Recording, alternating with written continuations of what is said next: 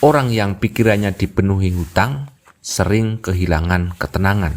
Tidurnya tidak nyenyak, ibadahnya tidak khusyuk, makan pun terasa hambar. Bahkan ketika sedang bercanda bersama keluarga, pikirannya masih menghitung tanggal jatuh tempo. Dan lebih menyedihkan lagi, utang terkadang membuat seseorang kehilangan logika. Karena merasa mentok, karena merasa semua pintu sudah tertutup, akhirnya muncul bisikan-bisikan untuk mencari jalan pintas. Assalamualaikum warahmatullahi wabarakatuh.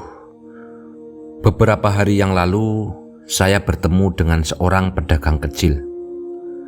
Usianya mungkin tidak jauh berbeda dengan saya. Wajahnya terlihat lebih tua daripada umurnya.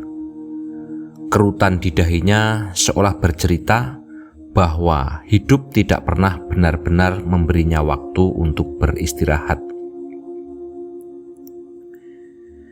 Ia tersenyum ketika bertemu saya, tetapi entah mengapa senyum itu terasa dipaksakan.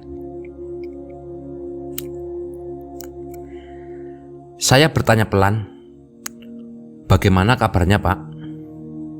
Ia menjawab singkat, "Alhamdulillah masih hidup." Jawaban itu sederhana, tetapi setelah kami berbincang cukup lama, saya baru memahami mengapa kalimat itu terasa begitu berat. Setiap pagi ia bangun sebelum azan subuh, menyiapkan dagangan, berangkat ke pasar, pulang menjelang sore, besoknya mengulang lagi. Bertahun-tahun hidupnya seperti itu. Sayangnya, hasil kerja kerasnya tidak pernah benar-benar menjadi miliknya. Begitu uang hasil jualan masuk ke tangan, sebagian sudah menunggu untuk keluar lagi. Cicilan bank, pinjaman modal, tagihan listrik, biaya sekolah anak. Belum lagi kebutuhan dapur yang setiap bulan terasa semakin mahal. Kadang uang yang dibawa pulang bahkan belum sempat dihitung, tetapi sudah habis lebih dulu di dalam pikiran. Saudaraku,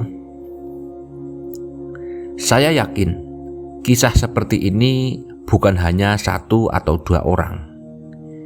Di sekitar kita mungkin ada petani yang sedang gelisah karena panennya tidak sesuai harapan.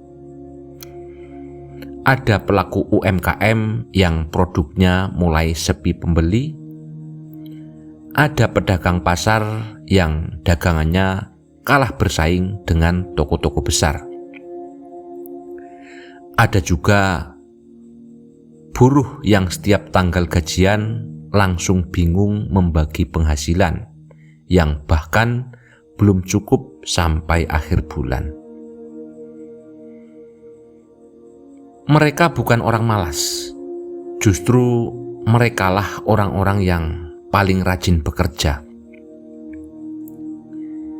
Ironisnya, yang sering menikmati hasil paling sedikit justru mereka yang bekerja paling keras. Lalu datanglah sesuatu yang bernama hutang. Awalnya terasa seperti pertolongan. Datangnya cepat, syaratnya mudah, katanya cukup KTP, katanya cicilannya ringan, katanya bisa membantu usaha menjadi lebih berkembang. Tidak sedikit yang akhirnya tergoda, dan memang ada yang berhasil memanfaatkan pinjaman dengan baik.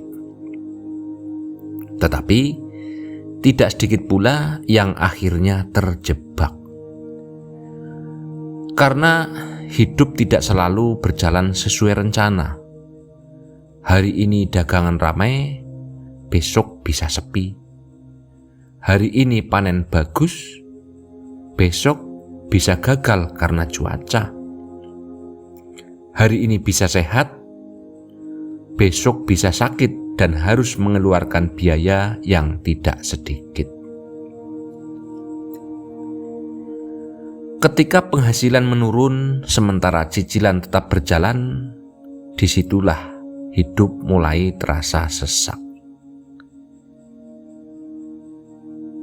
Yang paling menderita sebenarnya bukan dompet, melainkan pikiran.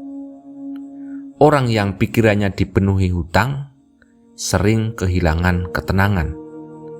Tidurnya tidak nyenyak, ibadahnya tidak khusyuk, makan pun terasa hambar. Bahkan ketika sedang bercanda bersama keluarga, pikirannya masih menghitung tanggal jatuh tempo. Dan lebih menyedihkan lagi, utang terkadang membuat seseorang kehilangan logika. Karena merasa mentok, karena merasa semua pintu sudah tertutup, akhirnya muncul bisikan-bisikan untuk mencari jalan pintas. Ada yang percaya kepada orang yang mengaku bisa menggandakan uang, ada yang mencari pesugihan, ada yang mendatangi dukun, ada pula yang rela melakukan apa saja demi uang.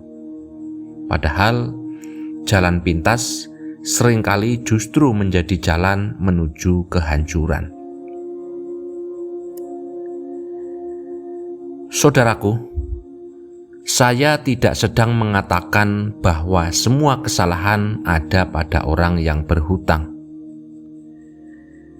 Tidak juga mengatakan bahwa semua lembaga keuangan itu buruk. Tidak sesederhana itu. Tetapi kita juga harus jujur melihat kenyataan. Sistem ekonomi yang kita hadapi hari ini seringkali belum benar-benar berpihak kepada orang kecil. Harga kebutuhan hidup naik lebih cepat daripada kenaikan penghasilan. Petani menjual hasil panennya murah, tetapi membeli pupuk mahal. Pedagang kecil harus bersaing dengan toko-toko besar. Pelaku UMKM harus berjuang melawan produk yang diproduksi secara massal. Sementara di sisi lain, tawaran pinjaman datang tanpa henti. Seolah-olah utang adalah jawaban atas semua persoalan. Padahal hutang hanyalah alat. Kalau digunakan dengan perhitungan yang matang, ia bisa membantu. Tetapi kalau digunakan karena terpaksa, karena gengsi, atau karena tidak punya pilihan lain, utang bisa berubah menjadi beban yang sangat berat. Karena itu, jangan pernah mengukur kebahagiaan dari apa yang kita miliki. Ada orang yang rumahnya tampak sederhana, tetapi tidurnya nyenyak. Ada orang yang motornya tua, tetapi hatinya tenang. Sebaliknya, ada yang tampak kaya di luar, tetapi setiap malam gelisah memikirkan cicilan. Lalu, apa yang harus kita lakukan? Yang pertama, jangan pernah kehilangan harapan. Yang kedua, beranilah hidup sederhana. Yang ketiga, bedakan kebutuhan dengan keinginan. Dan yang keempat, jangan pernah meninggalkan Allah hanya karena sedang kesulitan ekonomi. Justru saat hidup terasa paling sempit, saat itulah kita paling membutuhkan pertolongannya. Saya percaya Allah tidak menjanjikan hidup tanpa ujian. Tetapi Allah selalu menyediakan jalan bagi hamba-hambanya yang mau berusaha, bersabar, dan tidak putus asa. Saudaraku, kalau hari ini Anda sedang memikul utang, semoga Allah melapangkan jalan keluarnya. Kalau hari ini usaha Anda sedang sepi, semoga Allah menghadirkan pembeli yang baik. Kalau hari ini Anda merasa sendirian menghadapi hidup, ingatlah, masih ada Allah yang tidak pernah meninggalkan hamba-Nya. Tetaplah bekerja, tetaplah berdoa, tetaplah jujur. Karena kemenangan orang kecil seringkali bukan menjadi kaya raya, melainkan tetap mampu menjaga iman, menjaga harga diri, dan tetap menjadi manusia yang baik, meskipun hidup sedang sangat berat. Sapa Nyana, mari terus belajar menemukan hikmah dalam setiap perjalanan hidup. Wassalamualaikum warahmatullahi wabarakatuh.